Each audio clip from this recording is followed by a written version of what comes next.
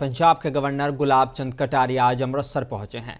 ये उनका पहला अमृतसर दौरा है। गवर्नर गुलाब चंद कटारिया के साथ मुख्यमंत्री भगवंत मान भी मौजूद रहे।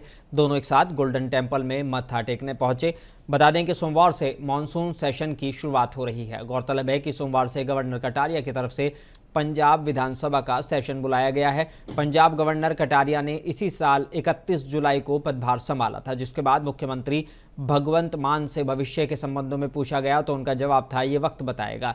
इसके बाद गवर्नर कटारिया की तरफ से विभिन्न विभागों के सीनियर अधिकारियों के साथ बैठक को भी लेकर काफी बवाल हुआ था। विपक्ष ने इस पर निशाना साधा, इसे मुद्दा बनाने की कोशिश की, लेकिन गवर्नर और मुख्यमंत्री शांत रहे। आज दोनों साथ देखे गए। गवर्नर साहब राज्यपाल पंजाब नवी नियुक्ति हुई है ते वो परिवार समेत अज इत्थे सचखंड श्री दरबार साहब विखे नतमस्तक होण आए ने।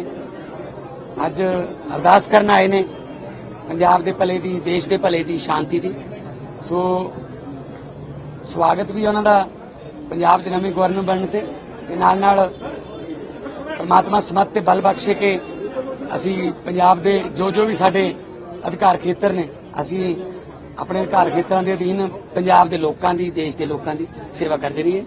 कोई अज राजनीतिक क्वेश्चन का मैं कोई जवाब नहीं दूंगा। तुसीं पुछोगे ना गवर्नर साहब अगे जो भी इन्हां दी फीलिंग है इत्थे आके परिवार समेत कहा कि मैं पंजाब का राज्यपाल बनकर के यहाँ अभी आया हूँ। मैं सोचता हूँ ये एक ऐसी जमीन है जिसके कारण से, गुरुओं के बलिदान के कारण से ये देश और संस्कृति आज तक अपने पास सुरक्षित है।